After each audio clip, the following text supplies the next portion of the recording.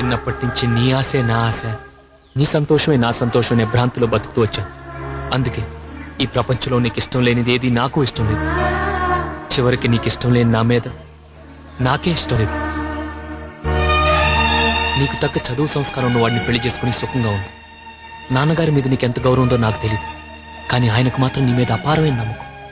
తన మాట అంటే నీకు వేదం అని, తను గీచిన గీత నీకు లక్ష్మణ్ రేఖని ఆయన భ్రమలో ఉన్నారు. ఆ నమ్మకంతోనే పెళ్లికి ఏర్పాటు చేశారు. ఆ నమ్మకం వృధా కాకూడదు. ఇప్పుడు నీకు ఈ పెళ్లి ఇష్టం లేదని తెలిస్తే ఆయన కుంగిపోతారు. ఒక ఆడపిల్ల మనసు తెలుసుకోకుండా ఇష్టం లేని పెళ్లి నిర్ణయించానని జీవితాంతం బాధపడతారు. అందుకే ఈ పెళ్లి నాకే ఇష్టం లేదని చెప్పి ఆపేస్తాను. నాన్నగారి దృష్టిలో నేను ఒక దారి తప్పని కొడుకుని, ఆయన చూడటానికి ఇష్టపడిన దురదృష్టవంతుడిని. ఇప్పుడు ఈ పెళ్లి ఆపితే నేను కొత్తగా చెడేదేం లేదు. ఊరి శిక్ష పడ్డవాడికి యావజ్జీవ శిక్ష పెద్ద శిక్ష ఏం కాదు. కానీ నువ్వు మాత్రం ఆయనకి ఇష్టమైన మాధవ్ గారిని